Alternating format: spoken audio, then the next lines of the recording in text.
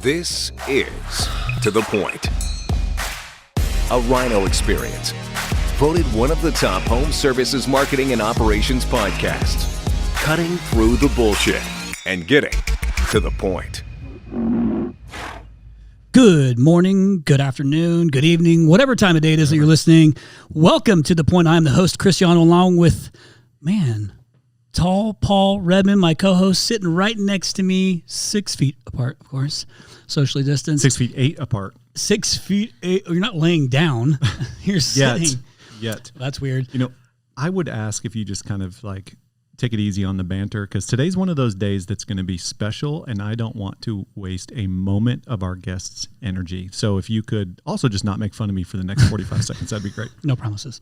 No promises. So then, okay, listen, I respect you. Yeah. So I'm going, and I agree, because, we have our guest today is going to be able to share some cool things. As I found out pre-podcast, and you know me well enough to know, and you've gotten to know Julian, we are very much alike in mindset, which is going to make this an exceptional podcast. But I also am a strong believer in the organization he's a part of, even though we aren't technically a part of it, but a lot of our customers are. So I will cut the bullshit and get to the point, Paul, and I will let you, if you want to go ahead and tee it up, man. I was just going to say, really, our interest in inviting Julian on, and I mean, really, it's evolved since we first invited him on, but was how many times we've been talking to some of our guests, and part of their before and after story included their involvement in Nexstar. So we just wanted to learn more about that, which has kind of opened us up to an entirely different conversation that we're going to have today. So we're excited to bring in the CEO of Nexstar, Julian Scadden, who's going to tell us his story. From where he started to where he is now. But Julian, welcome to the podcast. Hey, glad to be here, man. Thank you very much for the platform. Thank you for the invite. I'm excited. Dude, has anybody ever told you got a pretty cool voice? It is. Yeah. This is just the end of day voice. And something I say for you here, Chris, is wrestling, baby. Mat slappers. There we go. Wow, another there wrestler? we go. Were you a wrestler? Yeah. Waited till the mic was hot to let him know that. Oh, boy. Dude, I have listen. If you got a wrestler and comes and interviews your company, hire him. Yep. And I can tell you've kind of got that little rock going right now as we're watching you, like you're about to step on the mat. And I can feel it. That's where the energy's at. And I always have to say, when Chris mentions wrestling, he wrestled at 103. I always feel like I have to say that for some reason. State placer. Oh, it's burned into our brains, no doubt. But from seeing Chris around at events, I didn't necessarily know who he was, but I would see that energy. And to be honest with you, at times I'm buttoned up, I'm ready to go. And I would see this guy with all his energy and I'd avoid him. I'm like, okay, this guy's on another one. Let me get out of his way. And then as I started listening to your podcast last year, I go, oh, I get it now. Then I can compartmentalize him, this Midwestern wrestling kid. And it's like, this is the guy I want on my team. Like, I can't stand him. I don't like wrestling guys like this. They're annoying. If he's on my team, I love the guy. So as soon as he's on my team, I love the guy. You just don't want to go against him. That's it. Yep. That's very cool. I didn't know that. Thank you for sharing that. It always makes me feel that much more connected. But yeah, see, Paul? Yeah, and you're a listener. That's something we're really proud of too, and very grateful that you've listened and consumed, and had been a part of a lot of the content that we put out there over the last year or so. You've earned it in being relevant. Super grateful. Yeah, Thank super you very grateful. much. Well, Honored. listen, let's go ahead and get to the point too, because I think we've got a lot to cover in this time frame. And Julian, from listening to the podcast, and again, Paul said thank you, but I say thank you as well. It certainly means a lot to us. But I want to make sure I keep us on track today and get through these bullet points with a little bit of, less BS. But man, just get right into it. Unless you want to cover anything else, Paul. Yeah, I would just say, Julian, open up, tell us your journey. How did you get into the trades? How did you get to where you are now? Where did it start? It's interesting when I hear you talk about our members and their businesses and the before and after. My whole story to now being in a position of president and CEO at Nexstar is a total before and after. In some odd way now, all tied to Nexstar. So, fresh out of high school at 16. Okay, so how are you fresh out of high school at 16? It's because I'm homeless. I'm living out of my car. Many of our members know that story. I don't know if the broad public knows that. So I just wanted to work. And so I went to a local plumbing company. It was in the neighborhood. I knew the owner lived at the end of our block, and I just told him I need a job. So he handed me a spade shovel, and I start, prepping lines for sewer ditches. I'm shoring up things. I'm a sewer ditch digger is what I am. Where's this at? Julian, where's this at? I'm sorry. This is Aurora, Colorado. Got it. Okay. Yep. And But what I didn't know at the time, so I'm out there, I'm apprenticing, I'm starting to get into the field, but I am highly meticulous and I'm really slow. And therefore, efficiencies, things weren't happening. But what I didn't know is the company had been acquired by a national corporation, and about 5 different companies got consolidated into one. And the service manager, named Ed Coleman, he since passed. That's my man. I love him to death. And he called me into the office and he told me, he said, Julian, you're kind of slow in the field. Come in here and help me out. We're going to teach you the call center. We're going to teach you dispatch. I'm going to teach you some reports. And for a period, I was doing his reports and I had a lot of animosity towards Ed for that. But what I found out in time is that we had been acquired by this corporation. And when we came in and got audited, everyone who wasn't a revenue producer in the field was cut. Yep. And then I found out that I became the plumbing service manager. Because they were interviewing me, like, what do you do? And I'm like, well, I do these reports, I answer the phones. Like, oh, so you're the plumbing service manager? No, I just do this. Well, you're the plumbing service. So Ed moved himself into a GM role. I became a plumbing service manager, served my time there at the corporation for about 8 years. And when I got fed up with that, the culture just didn't match. It wasn't a fit for me. A friend of mine introduced a term later in life that I now apply to that. They were very mercenary. Yep. So he said, some businesses are mercenaries and some are missionaries. Some are mission-based and some are about the dollar. They're very mercenary. I didn't know it. I was young at the time, but I thought that's what it took to win in business. What happened? Some of the folks that worked at that mom and pop, as soon as this business was acquired, they left and started their own businesses. I didn't know that. So years later, as I was leaving this business, I bumped into some of these guys. Ed Coleman, actually, as a matter of fact, had left, and he was the GM at Plumline. And he invited me to come over, work with them. And I went over there and they sent me to my first Nexstar training. And that's when I realized, from the vibe at Plumline to my first Nexstar training, I said, this is totally different in the industry than what I've been experiencing. I want to be part of this. Time goes on. I get young, hungry, and aggressive. And to be honest, this just is a little backdrop to the story. I grew up in a rougher side of town. And I had a home invasion. So some guys came in, stuck my son and I up at gunpoint. And I just wanted to leave the state because I felt like I had a choice. I could either go find these guys or eventually they were going to find me, because when they stuck us up, they weren't masked. I knew who they were. I didn't know them, but I knew I could see them again. So I'm having all these thoughts. Somebody's going to die. It's either me or them. And I didn't want to be any part of it. So I wanted to leave the state. So what I did is I pulled out my good old Rolodex of people I had met over the years. There was a guy doing new construction in Atlanta. And I asked him, I said, if I come down and I start a residential department with you, can I get a cut of the profits? And he said, well, just come on down and we'll figure it out. I just wanted to get out of town. So I went. I was excited. But here's the interesting part. I went down in 2007. Yep. And so his new construction completely dried up at the same time we were growing in residential. And but we grew residential by leaps and bounds. Of course, as soon as we started this department, we had to be Nexstar members. There were times when, and I share this with our staff here at Nexstar now, there were times when I was not sure how we were going to make payroll, but I never questioned our Nexstar membership. So now, at the time of our Nexstar membership, Jack Tester was my business coach. He's the first employee of Nexstar. He's the first CEO, but he's my business coach. So he saw how we developed that business, how we grew. When I walked away from that business, I kept poking Jack and I said, someday I want to be a coach at Nexstar. About a year and a half later, he gave me an opportunity. I had to relocate to beautiful Minnesota and started as a coach. Then I went to the training team, then the VP, and now fortunately CEO. So hopefully, I know that's not exactly what you asked, but I wanted to give you the how I got here. Yep, it is exactly what we asked for, but we're going back, right? We're going to go all the way back. So you talk about your experience, with your first job, that you were 8 or so years, right? And then you went to your first Nexstar meeting and you said, this is different. What was different about it? What was the experience, and what was the, what made you hopeful about the industry at that moment? I'm curious. It's the thing that we need to hold true today. Our mission statement is crafted as such that we focus on 3 areas for our members: employee engagement, customer satisfaction, and profitability. And I say them intentionally in that order because that's what I felt. This was the first time as an employee that I felt that I was important. The owner at the time, Jeff Belk, I remember him calling me into his office and asking me when my son's football practices were and which games I could and couldn't miss. I've never had anybody ask me something like that. They sponsored some money for new uniforms. I've just never been treated that way in the trades. And then at the event, it actually was about the participants. If you've never been to a Nexstar event, it's what we call participant-centered.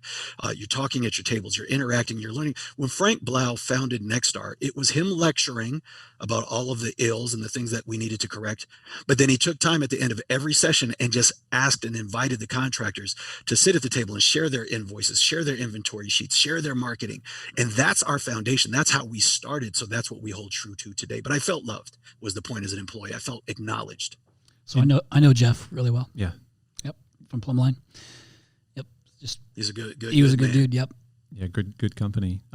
So did you see at that, I mean, you didn't see at that moment, like, oh, I could go on and be CEO. Like there's some transformational moments in this journey from, showing up to a Nexstar event to becoming their CEO, right? Yeah, Which you've been for 3 months, right? Yep. You're just freshly new. So, and we're going to talk a lot about that, but talk to me about some of those transformational moments, people, events, like what took you from where you were to where you are now? Yeah, and it's of course mentors, influencers, people looking out for you, seeing more in you than you can see in yourself. But the primary factor for our listeners here today, and of course, if you haven't listened to the powerful thinking with Keith Mercurio that you all did, there's some foundational steps you can take there. But it's head trash. It's a victim mentality. Again, coming from the streets, there was a part of me for a long time. Now I'll actually tell you how I left that corporation, the one where I spent 8 years. Yeah. It was an event. I got called down. It was somewhere in Texas. I'll just leave it at that. And we were called down to get a corporate designation to our titles. So there were people in the business who were not corporate employees. They were local employees. My supervisor and I, a young black woman, and I are going down to get this corporate designation. We walk into a boardroom of at least 6, maybe 8 older white males. And as we walk in, I hear a voice. And again, my memory is foggy because I went kind of dark after this. I walk in and a voice just says, oh, the Colorado contingency is here. Hey, it's nice to have some color in the room. Wow. And I got so upset that I just stood there and I turned around, I walked out and I went back to my room and I never went back. Nobody ever checked on me, and I never went back to that business. I was done. But my point in bringing that up is to say that I was a young, angry man. Now, when I encounter a situation like that, I have the tools, I have the capability to sit down with someone and express what impression that left, in what ways I felt that didn't align with how we should communicate with each other. But now let's get back to head trash victim. I'm just upset. And what it took over time, and it was, Jeff Belk investing in me. There's another man there, John Heggie, that invested in me. John Mizraka, he was a comfort consultant there at the time. And these are solid men. So I'm stepping out of being in the streets where my cousins, my friends, everybody's either into some kind of dope running, gang banging something. And I've got just one foot out of the streets. I mean, just one. And I'm just looking for an opportunity. And to be honest with you, at that time, all I knew was this was kind of, people call it their ace card. You always got an ace. And I knew the industry, I could always get a job, but I didn't understand what it could be. And so part of it was flipping the switch from being a victim, everybody owes me something, these old white guys will never give me a shot, to, well, wait a minute, how am I conducting myself? What am I investing back in myself? And then that home invasion was the moment when I completely went off the grid. I cut everyone off, and I spent like the next 3 years totally enveloped in discovering myself and eradicating that limiting beliefs and all the victim mentality I had put on myself. And those next 3 years were what took you to Atlanta, right? Where you went down right at the crash. So I'm doing an injustice if I don't let you tell that story. So you show up, you move, you have a young son at this time, right? Between 5, 7 years old, somewhere in there. You're across the country, new climate, new market. You don't know anybody, left all those bad relationships behind. And then all of a sudden the revenue dries up. What happens when you get there? Yeah, man, that was scary. He had a staff of about 50 employees. And at first I went in with all my wisdom saying, you're going to get smaller before you get bigger. I knew we were going to lose some, but I didn't know that we were going to get down to about, like 3 techs. I was out running HVAC sales calls. I was out, we had to it was a no lose situation, but there's nothing better than having no option. There's nothing better than having your back against the wall, because I could not lose. Failure was not an option. I was completely sober and celibate for those 3 years. I stayed in every good book, Rise. And I heard you talk about this, Chris, Rise every morning with prayer. Absolutely. And it really helped create the disciplines and the habits and the triggers for success. So, what did I do? It was like, I just went to the Nexstar script. I'm meeting with my coach every month. We're looking at the financials. We're looking at the systems that we need to put in place. I'm investing in the training. So I'll just pause there and see what you heard in that.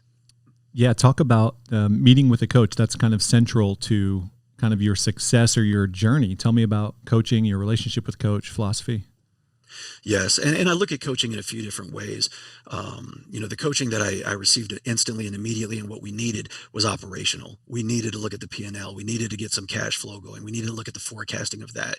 Balance sheet, why even look at it? We're hurting. So I needed that first. And many times when I hear folks talk about, what should I focus on first? Should I focus on my EQ, my relationships, or my operations?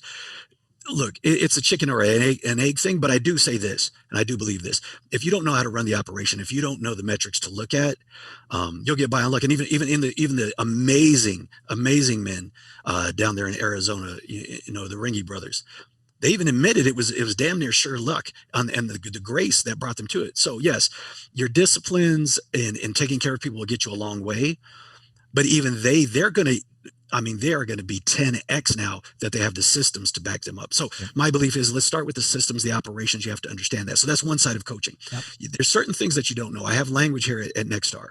When we hire a new coach and they sit down with me in any position I was ever in, and I learned this the hard way when I was a coach, they'll say, well, aren't we consultants? And I'll say, yes.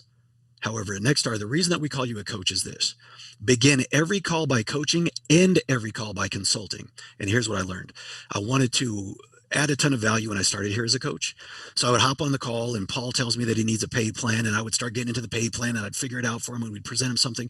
Next month on our call, he doesn't even bring it up. So I bring it up, what's going on with the paid plan? Oh yeah, that was, we don't need that.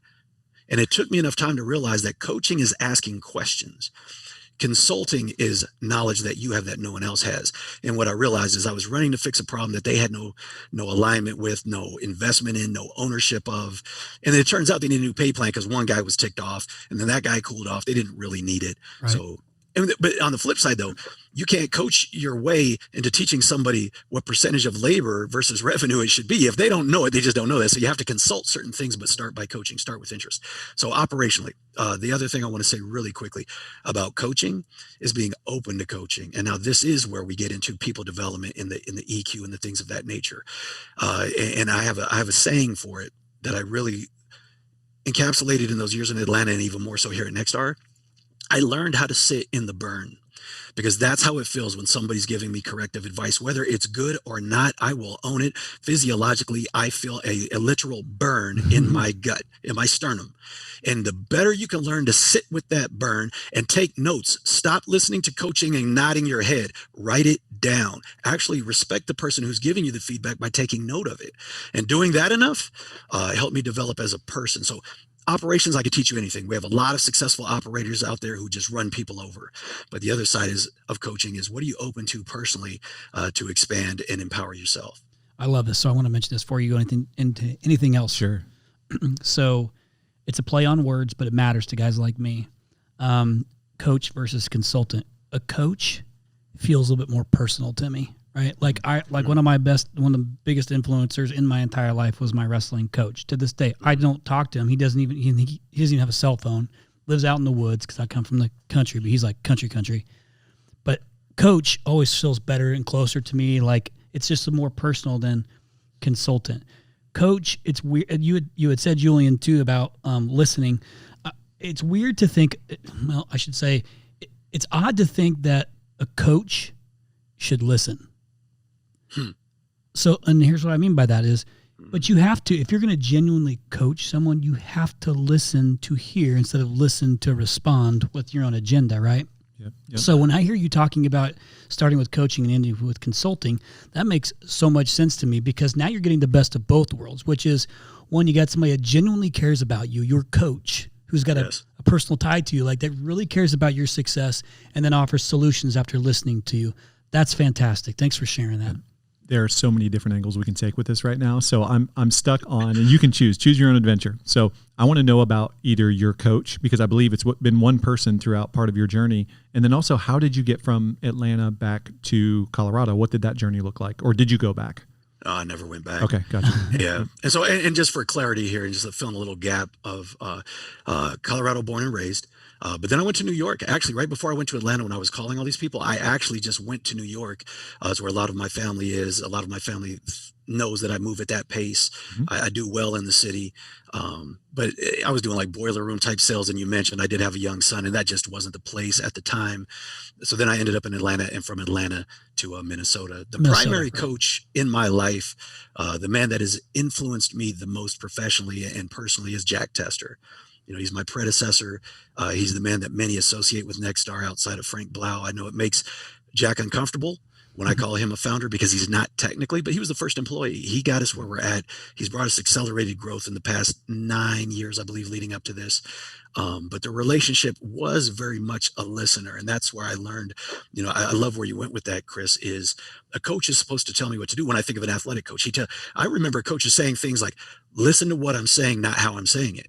That's a very popular phrase in athletics. Like, just get the damn message, boy, and do what you're supposed to do. Right. I don't need to sugarcoat it. Right. If I tell you step with your left foot, step with your left foot. Right. Just trust me. All this why. But there was so much more listening and why behind my relationship with Jack. Now, again, early on, it wasn't. It was urgent. It was triage. It was, okay, let's look at this labor percent. Okay, go find out what's going on with that material. But as the relationship grew, it was really checking in on my state, really checking in on my foundation. Once he found out I was out there alone, relocated, his tone and tenor changed. And here, even at Nexstar, he invested so much in me. And he had a podcast run that we have sunsetted, but it's called Leadership Lounge, where we spent, some great conversations going back and forth as well. But I'll pause there. Did he believe in you before you believed in yourself? No doubt. Yeah. I love that. Did he tell you that? No doubt. Yes. So I love that. Chelsea's in here as our brand manager. Chelsea, do you remember me saying the same thing to you? So I think that is actually so impactful to say that.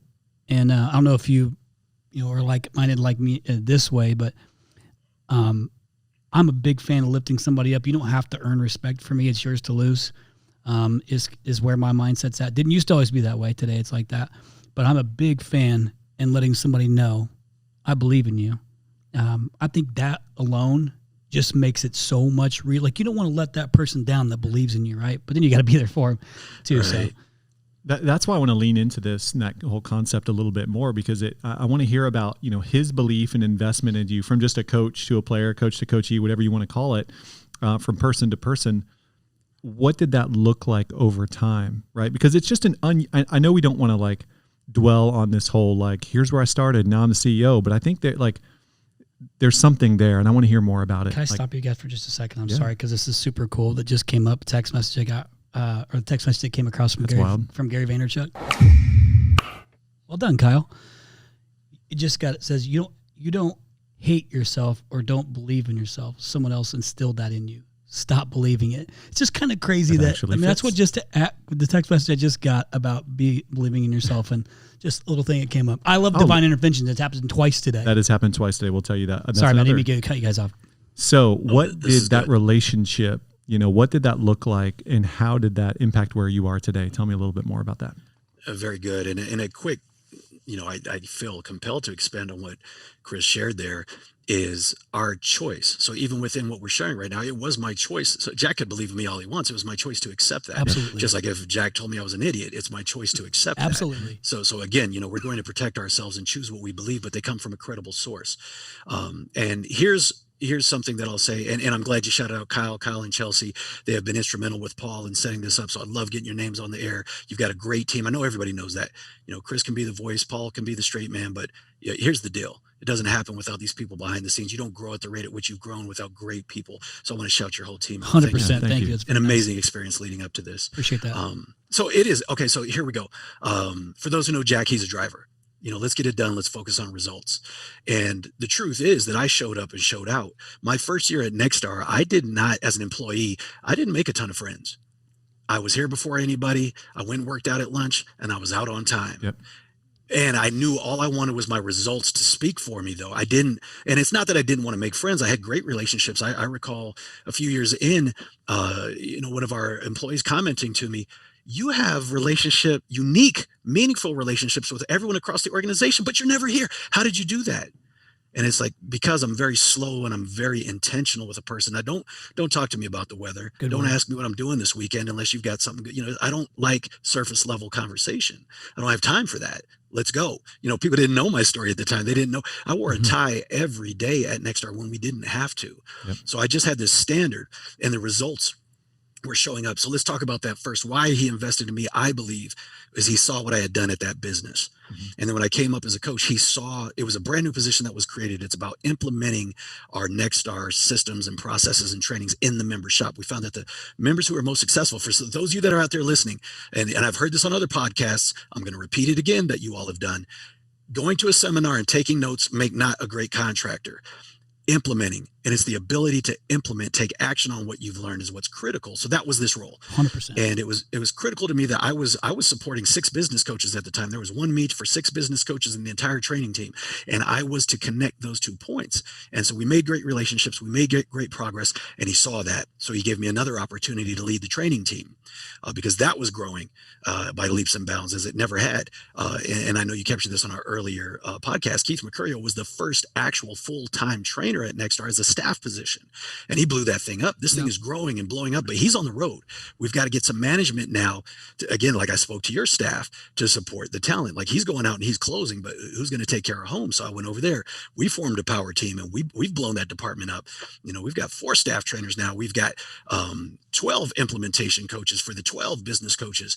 So it's these results that, let's not look for charity cases. And that's where I think people get confused when they hear my story. Should I go out to the homeless shelter and find some kid who looks hungry? Well, maybe give them a task first and see how they perform. Yeah, sure. And I feel like I got a little off tangent there on you, Paul, but no, you're good. Just free flowing with you, man. No, it's perfect. You mentioned something I want to come back to. You talked about training and implementation. There's no shortage of training, right? There's an abundance of training out there, whether it's good or bad is subjective. But my question is, how do you make sure that makes its way into the operational, the foundations of business, and where does Nexstar come into play there? We've had a beautiful marriage between our trainers making time. I want to create a visual real quick for the listeners here. If you can imagine a pyramid, more like a Mayan pyramid, where you might see the stair steps, and the foundation is thinking. And I love that you all get into this on your podcast, very much so that if folks don't have the right mindset, no system, no training, no tool, nothing else is going to matter. So we start with the thinking. Every class we start with the thinking. Where's your mindset? Where's your focus? How do you frame? What do you perceive? The state, the language, focus, and physiology. And then we can talk about the systems. Then the systems are how we perform in the business. And then I can give you the tool that gets it done. Back to answering your question, the reason why we have found success in the way that we have, the reason why our members outperform the industry, and I'm sorry, guys, truth needs no modesty, is something that I've learned. And this is data that I get from a third party that shows the performance year over year, but especially in 2020, when everybody had a great year, that our members still outperform the industry by 3%. And it's because we're supporting them. It's not because we're great. We are, but it's not because of that. It's because they're doing the work.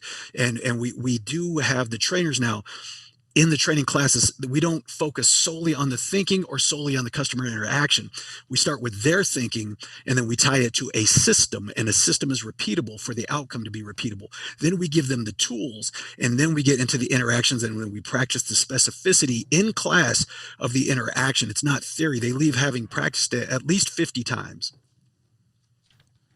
So good. Did you want to take the next? No, go ahead. So I want to go more. I want to talk more about Nexstar. I know this isn't here to talk all about Nexstar, but I want our listeners who aren't familiar to know how it's different, how it's structured, what kind of the community looks like. Yeah, thank you for that. And I mentioned how Frank got the origins of it, and Frank being wise enough that he should not have been the man who started this. It was his dream, his idea, and he went and found Jack Tester and said, Jack, as a young guy at the time, he said, you've got to figure this out. You got to make this happen. And so from our inception, we have this spirit of tenacity and yet realization of put people to play to their strengths. And in our formation, this is where we're different. For anybody listening who doesn't know the difference between a franchise, another group, or Nexstar, or anything else that's out there, we're the only one that I'm aware of. I'm not saying it doesn't exist. That is 100% member owned. So we do not have any investors that we have to report to. We do not have an injection of cash that we have to spend, or returns at the end of the year that we look to distribute. We are 100% member owned. That means that and we're not a nonprofit. So every profit dollar that we make is meant to be returned in the form of goods and services. And that, again, creates the distinction, like Chris mentioned, between a coach and a consultant. When I'm a consultant, when I'm a mercenary, so now let's get back to mercenary and missionary. When I'm truly walking alongside you, when you truly, now in a franchise, there's some skin in the game. In other models, there's some skin in the game. But we truly have to learn how to work from a place of influence. We have no authority. And that's one way that as the members walk in, they know that I have no gain, literally, I have no gain at the end of the year on our profitability. Now, you doggone right, being an operator at heart, we're going to be profitable. We're going to exceed our budget. We're going to make this thing happen. But the reality is I don't get a distribution no matter how great we do. I just don't. And so I'm going to make decisions differently into who we partner with, who we invest with, who we play with, where we put up walls and where we knock walls down. And to that end, it creates a unique environment. One of the a CEO of one of these private equity groups who is a Nexstar member, and I just want to say this for the record, PE groups that are not looking to create your own coaching and training organization, we want you here. You're welcome here. So many people have been running from this money and saying what it's going to do.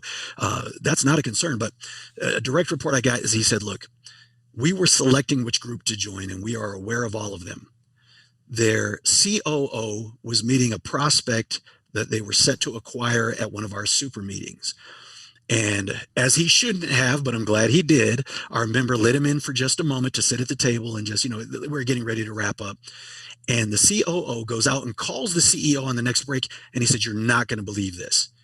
These people are at the table literally sharing, exchanging emails and phone numbers, but they're literally sharing inventory sheets and they're literally sharing material lists. And these are direct competitors. He said, I've never seen anything like it.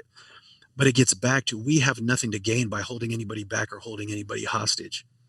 Talk a little bit about, I want to go deeper on the competitors working with another in the same market, because it's not like it's completely geographically restricted. I've been to regional meetings with like the top 5 players in Charlotte, right? Who all are fierce competitors of one another, who are, again, like open book to one another. That's uncommon. So talk to me about how you foster that community and how it functions to make Nexstar what you are. Part of it is we do have some service area agreements that there can only be so many members per populated area. Mm-hmm. That dynamic is changing as businesses are now opening. So if they're already a member and they start to open up satellite offices, we don't want to kick them out of Nexstar for growing. Right. That wasn't the intent. So we are starting to get some more saturation than expected. But getting back to how we're able to facilitate great relationships, primarily, we do have a code of ethics, and it's how we will conduct ourselves in our business with our employees and with our customers and as stewards of the industry. And now when I say we have no shareholders, we do have a board of directors that I report to, and it's made up of 9 members. Same thing with the ethics committee. The ethics committee is made up of members. So it's not a Julian decision if we're going to kick you out of Nexstar for an ethics violation, but you're doggone sure that you will go before this board if there's a concern of anything ethical, from predatory hiring tactics against a fellow member, to anything of misleading a customer. We had a member, this was a few years ago, but a member who was getting researched by the Attorney General for employee complaints as well as consumer complaints. And as we investigate in that, you've got to go. And so people know that we will, I would probably say that our bite is louder than our bark. Sure. In the way that we will not tolerate unethical behavior in whatever way that is meant or translated. Got it. It's integrity. Yeah, absolutely. Kind of a good thing. So earlier you talked about your first employer and that they were a mercenary type of business, and you contrasted that to a mission type business. What is a mission type business? And I heard some of this on a previous podcast of yours about having a purpose. Yeah. I heard Chad Peterman talk about it, how he shifted his perspective to creating a compelling future for his employees versus we'll be the biggest Mac Daddy in the state. And so it's where your focus is. Just like our Nexstar's mission is to have world-class members in 3 areas: employee engagement, customer satisfaction, and profitability. And that's where our focus is. Our vision is that the median Nexstar member will grow by 10% year over year and have at least 15% net profit. There is nothing in there about us. We are completely mission-based. We are completely focused on something external from ourselves. Every employee incentive bonus that we have here at Nexstar is based on retention, not addition. Retention. So now as we do that, and the number one thing that we track here, so Nexstar members, if you're not aware of it, get on the website, on your member website, and look up your engagement score. We keep a score of how engaged you are. And then we look at your financials versus those who are unengaged, and the engaged smash the unengaged year over year. Wow. So we have a mission to serve. We have a mission to, again, we're going to take care of home first. I was asked in an interview yesterday, a young man asked me, he said, what are your values? And he looked a little tense when he said it. And he goes, I know that's unconventional to ask in an interview. And I said, buddy, you don't know who you're sitting with. I'm going to say all the wrong things. And that's why HR doesn't sit in here with the interview. Because by the end of this conversation, And this is the same thing Jack would always tell us about interacting with members. By the end of this conversation, you're either going to be closer to Nexstar or farther, and you are in complete control of that through the interaction. And so when somebody's thinking about becoming an employee here, they meet all of us. And they go, wow, I get to meet with the CEO. I'm going to be an accountant. And I'm like, yeah, because I'm crazy and you need to know it now. So let's get it out in the open. So getting back to what we were talking about, the value being, number one, primarily is health, self-health. You have to take care of yourself. You must be in a good space. And then family is next, because through the family, we could change the community. So I look at health as an operator here at Nexstar to ensure that all of our employees have everything they need to best serve our members. The members are the family, because when I have a strong discipline for self, and then I have a family that watches me model that, and they will start to model it. I've heard you say many times on your podcast, we can't help everybody. We're not for everybody, however you say it. But then now that we have the family unit, now we can go out the community, or if you want to change that to industry, we can make that impact. We can ripple. We can really make the changes that we're talking about by modeling the discipline that first starts at home. Love it. Are those new values that you have instilled in your new role, or are these things that have been around Nexstar for a while, like health and family? No, I'm sorry. Those are my personal values. Asking, okay. Yeah. Well, he was asking it's HFC, Health Family Community. That's how I remember it. I want to drill into that a little bit more. I saw you close at Super Meeting a couple of years ago, and you kind of showed a picture of you before and a picture of you now. And you've been on a health journey yourself, right? I know nothing about this. So I'm just asking, what has that health journey been like for you? I think that's important to everyone. Thank you. And when I speak to health, I do encompass mental well-being. I encompass financial well-being, as well as the physical well-being. Once I got away from the streets, once I started to focus on, this is the way I choose to use the phrase, activities that I align with. And so I have a little bit of a ruiner that I use that I used to use when I was a trainer, is I would start a day by telling people there is no good and there is no bad. Neither exists. And you would watch people fidget in their chairs like, okay, so you're saying, that X, whatever X is, something horrible. You're okay with that? No. I'm saying, as far as I know in the research I've done, that's always existed in mankind's history. So what I'm saying is, you can label it good or bad, but what I would more rather you do is create your line that you believe, and then say what aligns with it and what doesn't. Some things will be closer to what you align with, and some will be farther, and then you'll label those good and bad. But if we're going to start with this health journey, first you have to understand your values, or your measures, your metrics, your goals. I love when Jamie DiDomenico talks about writing down goals. And then you can just determine, are they closer or farther? Then I don't need to label them. That's just farther away than what I'm focused on, so I don't need to do it. Yep. But it is that health journey of, I had to learn how to respect my body. I was deteriorating. The truth is that when one of my sons was born, I was sitting holding him with gout. I couldn't put my shoe on because my leg was so swollen. And it was just because of nutrition choices that I was making. Because unlike Chris, I don't hop on the scale every day to check my weight. I let that go. I was glad to let that go. I was proud to get a beer belly. Like, as soon as I stopped wrestling, that was my goal. But again, being in the hood, I wanted to be bigger. I'm a naturally smaller guy. I didn't like being a small guy. I wanted to look bigger. I wanted to look more intimidating. And that was that picture you saw, Paul. I shared that. That was my last, when I shared that picture, that was my last super meeting as a member. And then I was standing before them years later as the VP, and people, I go back home, I go to Colorado now, and people that I grew up with, one example, I stood right next to a guy at a bar, and he didn't know it was me the whole night. Yep. I asked him for a light. He didn't know it was me. Really? Because not only has my physiological essence changed, my mental essence has changed. Everything about every step I'm making, I can get divine intervention texts now, whereas before that line was cut off. Love that. Oh, it's so good. Thank you for sharing that. I know that was unscripted, and we kind of threw that at you. But I got to see the picture. I've not seen it.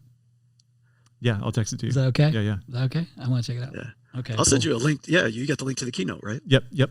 Okay. Yeah, I'd love to see that. Like I said, how it is sometimes. I want to come into this as raw as I possibly could to make it as meaningful as I possibly could. But now I got to see. Yeah. Oh, there we go. I got a picture.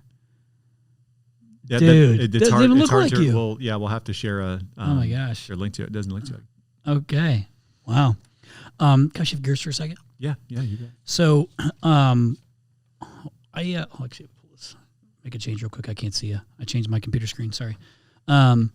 So Paul had, on pre-podcast production, Paul had put together a few questions based on your guys' conversation. And like I told you, I think this was pre-podcast, Julian, I didn't look at it on purpose this time. And I really wanted to listen intently to hear you, understand you, and just kind of see what, you are all about at the helm of Nexstar. So I'm doing these things, and as I'm looking through these questions, Paul clearly has one in here that I'm extremely passionate about, and I want to take it and run with it. So the essential part of us being deemed essential business, when I say us, we are that same community. We are home services specific. I mean, HVAC, plumbing, electrical, that's my world, been our world for 13 straight years, and that's it. So I care passionately about the industry and the trades. I care passionately about contractors in general, not just my own customers, but that's why this podcast exists. So I love to brag about the trades becoming essential business in 2020. Like, people were getting upset, or like that, about all the negative things that happened maybe in 2020 with restrictions and things like that happen. I choose to take the opposite approach. Look at what's good that came from this. A non-sexy industry, maybe as non-sexy as it is, became real sexy when we were all still working and we were deemed essential businesses, and we could keep going while others might be losing their jobs and things of that nature. I think it was a great time to stand at the top of the mountain and shout, like, let's bring trades back in schools, for crying out loud. Like, let's make it a big deal. Like, it is a big deal.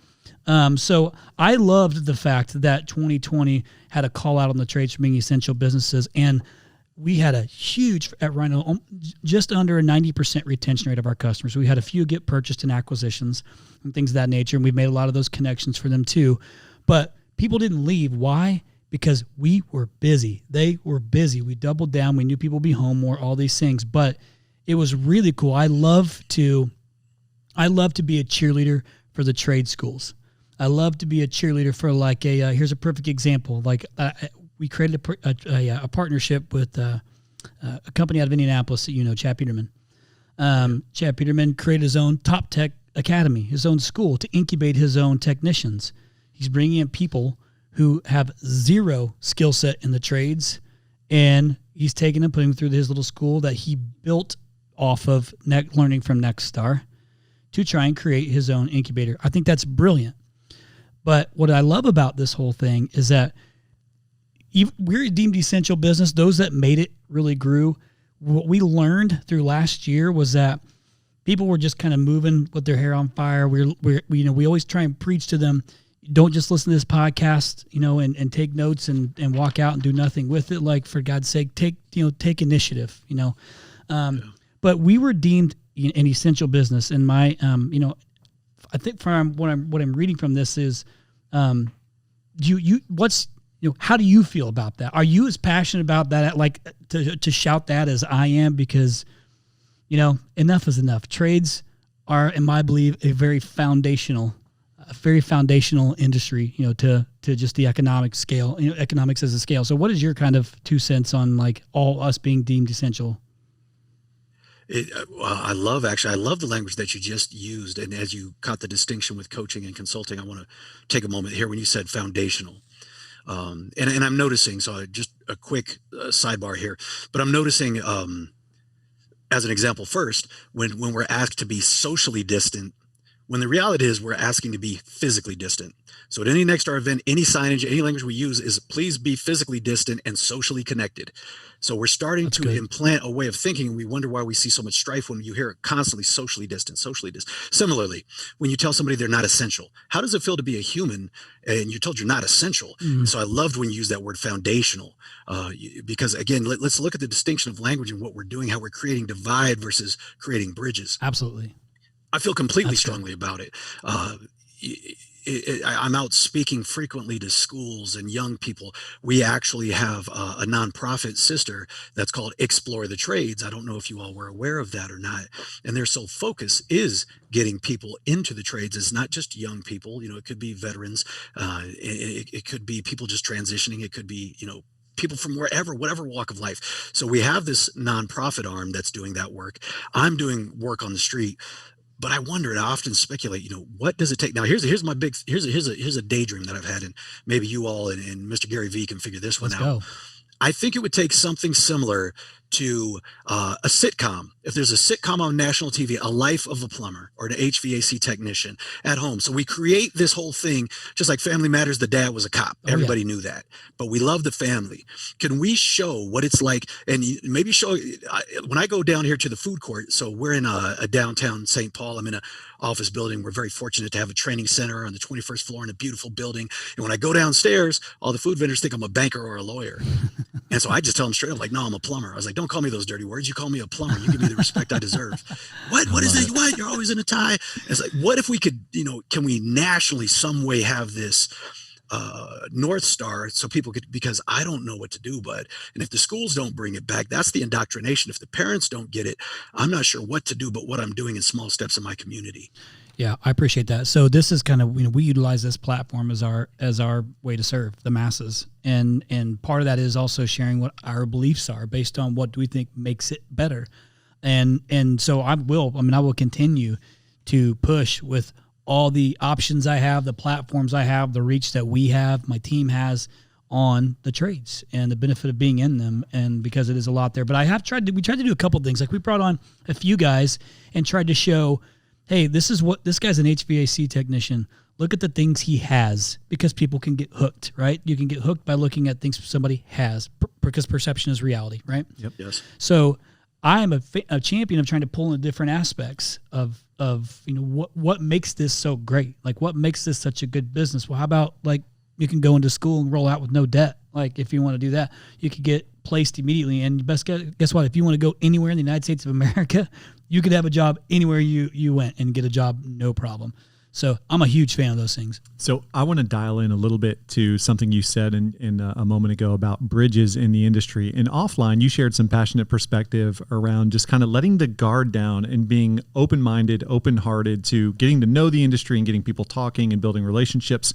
And then the industry doesn't naturally work that way, right? It's kind of, it's very tribal. So talk to me about your perspective of building bridges. What does that mean from your perspective? Well, I've had the privilege of making some phone calls. In all the years here as a Nexstar employee, I focused on the members. And then when I moved into the operations role, I focused on the operation. We were supposed to have the cleanest, meanest, train leaves on time operation. I didn't really look up. I didn't connect with a lot of our strategic partners. I'll own that. I didn't connect with a lot of people outside of Nexstar, but I just felt that wasn't my position at the time.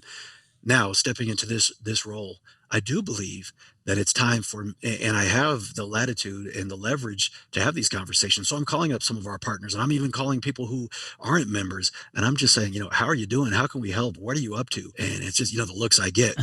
And there's been a few who said, well, I guess we would just kind of have to bookend that. We would have to, we need to know the boundaries. We need to know the rules. I'm open to the conversation. Another person said, well, what if X? And they gave me a really great idea. And I said, I'd never thought of that.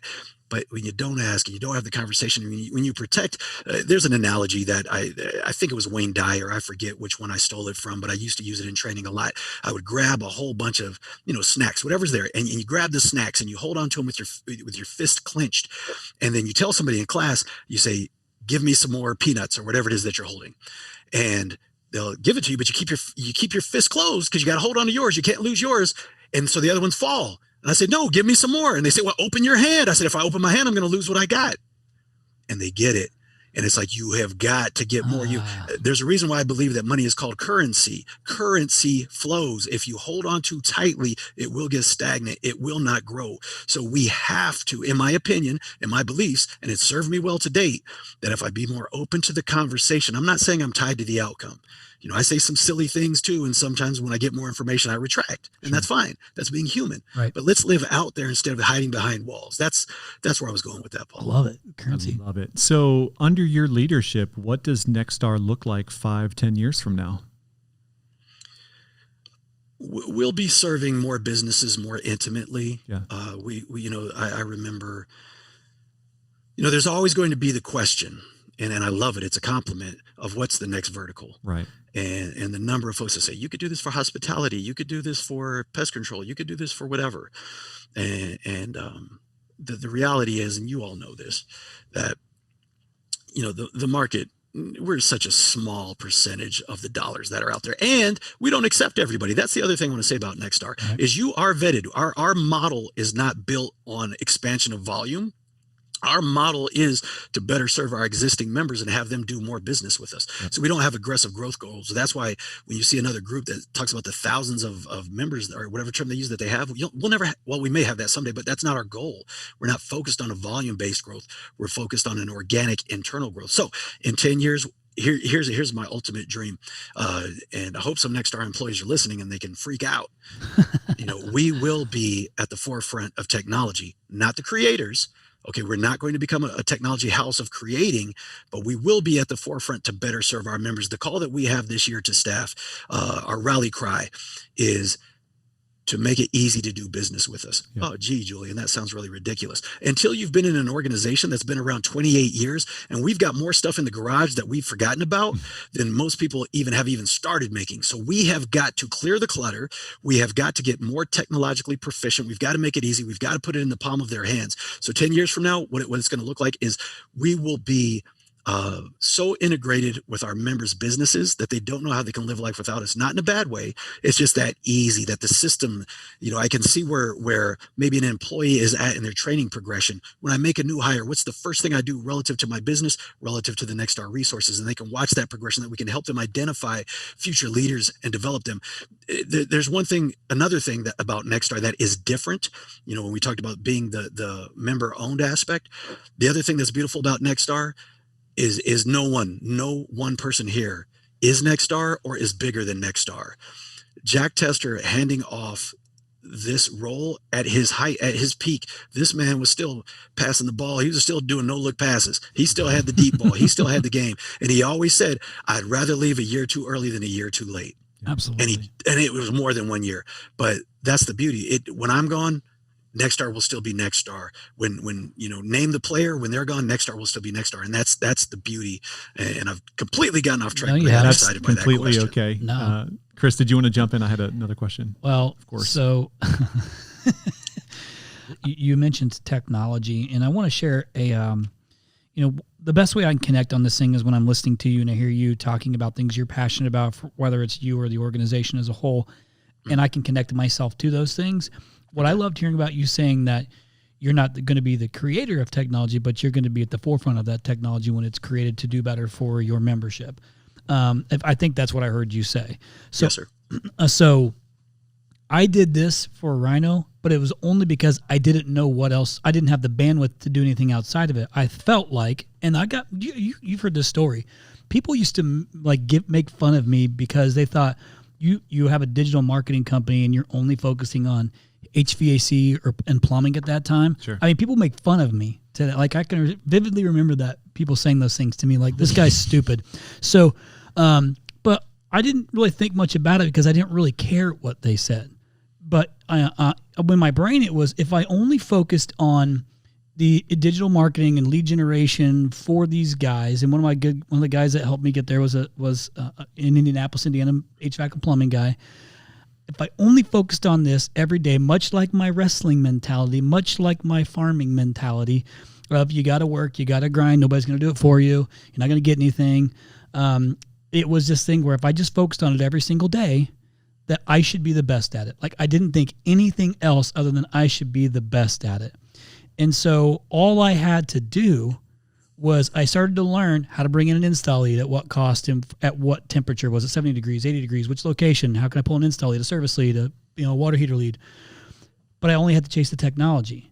And so by doing that, it really kind of set the stage for how this company is today, like how Rhino is today, is that we're always constantly chasing the technology. And I don't always know it. I hear it, but I'm not afraid to go and ask and find it and get it. And that's where the whole Gary Vaynerchuk thing happened and why it happened. It's not because Gary, it's because Gary had a connection to voice search. And I really wanted the voice search data. I wanted the social media data to connect them to the trades and pull that stuff in. But I was just chasing the technology constantly. And here's what I believe. If you narrow down your client base or your membership base to specific industries, you're not learning a bunch of new stuff at the same time. Like you're just not. Like there's things that you're learning that year that may have happened, but you're not learning a bunch of different things at the same time.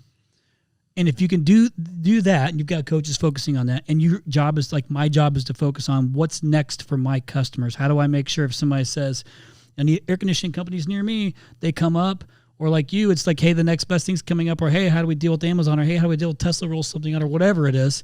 I love the fact that you narrow it down to just saying, I got this. This is my niche. I'm not going anywhere. This is my space. How can I make us better? And I'm just going to chase the technology, because if you're not chasing the technology game, you are 100% going to fall behind. So I love that you said that about chasing technology, because I am a firm believer in that.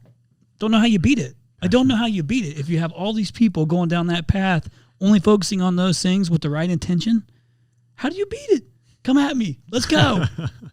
Something that's been on my heart and on my mind lately here, and I put a little teaser in on it before that, certain private equity groups, they're welcome here at Nexstar. Yeah. And I think the lesson that I've learned as I look at all of this, as we started to feel this tension and this question about whether M&A or private equity money would be good for the industry. Well, the differences that I'm seeing now are the groups that are now running this private equity money and running it in a different model. These are the same guys who were around and saw the consolidators fail. So they saw it. Yep. And they saw the shortcomings, and now they're creating something that is different and it's new. And we're creating multimillionaires across the nation, not just in Atlanta. There's a lot of people with that mentality as their goal. This is different because those mercenaries, we were very bottom line driven. I remember getting coached at the mercenary company that if the customer if I didn't get a letter from an attorney, meaning just a simple refund. If I didn't have a letter from an attorney from that customer, I was not to give a penny back. I was not even to return their call, versus this mentality of the bigger pie instead of what's my cut. That's good. All over the road on that. That's one. good. No. And that really ties in like your whole mentality that you shared earlier. And this is a big industry, right? And there's a change happening in the industry, and it's the good old boys club is kind of getting handed down. I'm sure you've heard that phrase before. Talk to me about the disruption of the good old boys club and this kind of new generation of leaders like yourself who are coming to lead the industry over the next 30 years. Yeah, that's great. The disruption of the good old boys. And even with that, I want to ensure that we don't see an overcorrection, in my opinion, like we're seeing in society, where we start to vilify everything that we were founded upon. We can't vilify, in my opinion, we shouldn't vilify everything that we were founded upon. Now, where there's some errors, where there's some past mistakes, for sure, we should acknowledge, we should have open conversations, and we should honor it.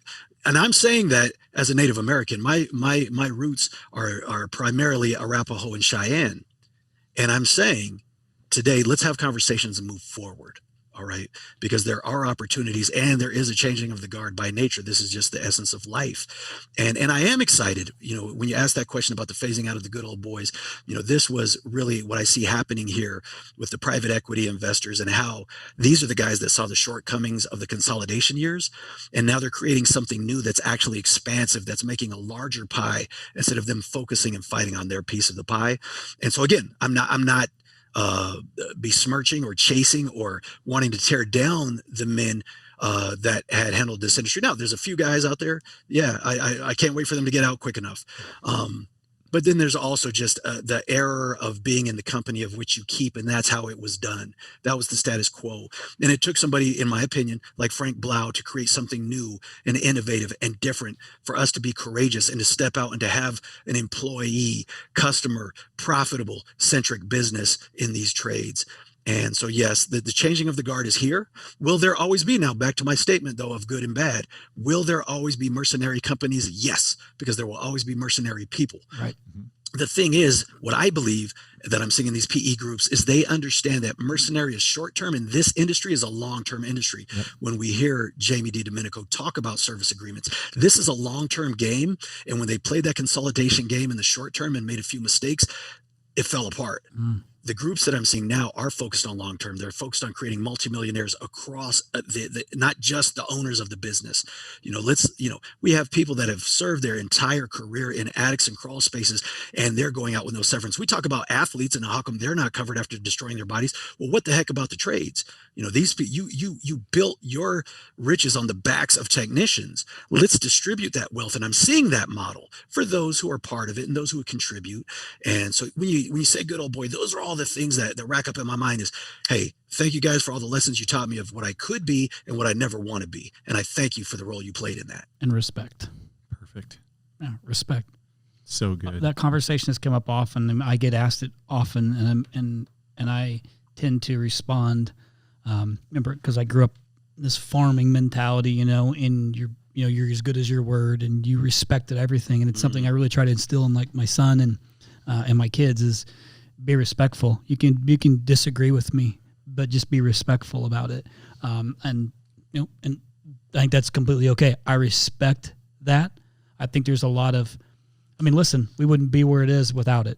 We got to respect it, but it's time. Chase the technology. Let's chase it. It's 2021, man. Like it's time to make changes. Go.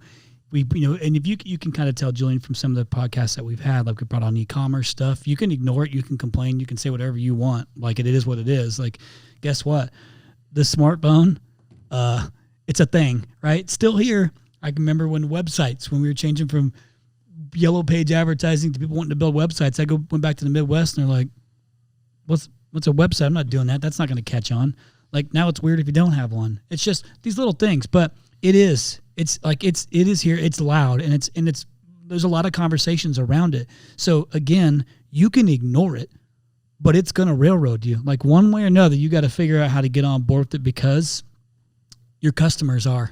Like at the end of the day, your customers are going to get on board with technology. So yeah, I'll ask something for the listeners to consider. This is a trigger that I use with the staff here because we all focus on our strengths and limitations here at Nexstar, and I'm very aware of mine, both of them.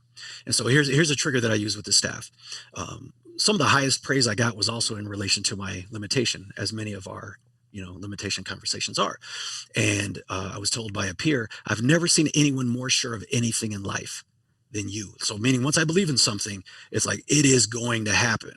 The issue is, Julian, is I want to make sure that you get enough facts before you take out, because we're all going to fall. You're going to knock that wall down. There's no doubt the wall is going down and we're all right behind you. I just want to make sure that you have wise counsel before you do that. And then, so, one thing I want to say to anybody, seek counsel. And I honestly believe that by surrounding yourself with counselors and gathering the information, that makes you a better judge. But to what you were saying there, though, in the trigger word that I use here is there's a difference. I am convicted, and when I am convicted, I can do anything. But when I'm rigid, I cannot. So I want that distinction. And sometimes I'll even ask in a meeting when I find myself getting really passionate, like I have been on this podcast with you. You can see my physiology. You can hear it in my voice when you're listening. I'm convicted. There is no other option. We are going to win. Nexstar will continue to be a world-class, world-leading because of the great people and the members that we have and the partners and all of that. But if I get rigid, when I start to say, that's not the way I did it, and I'm not going to embrace the technology, that's just rigid, and rigid breaks. All right. Yep. But I do want to be convicted in my beliefs and open to more information so I can continue to grow. That's good. So good. Thank you so much for your passion and your transparency and really the gift that you're giving our listeners today. You talk about, removing walls. So we'll do that. Like, how can people learn more about you, connect with you, or learn more about Nexstar? We'd like to give you that opportunity. Yeah, I'm like your other technology guy. The only place I am is LinkedIn. Oh, like Will Hausch. I don't have time for the noise, boys. I don't have notifications on. Respect. And with that, here's what I'm going to say. I take away, and this is what I tell everybody in every training class or people when they meet me here at Nexstar. I've just taken away your excuse to say, but I didn't want to bother you. You cannot bother me. I turn notifications off. When I choose to look at my phone, I look at my phone. When I choose to look at my email, I look at my email, and you will have my full 100% complete attention.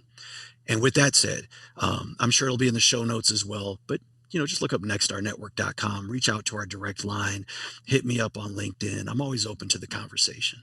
Awesome. Appreciate that. Well, I want to give a quick shout out to one of your Nexstar coaches, Garrett Cook. It's his birthday today. Today is January 27th, and he is a friend of mine and actually went to the same high school as me. Good old part of my Crawfordsville crew. Thank you for that. Yeah, Garrett Cook, he's our member trainer. So what that means, again, another way that we're a little bit different, y'all. So I got to throw another plug here. Good.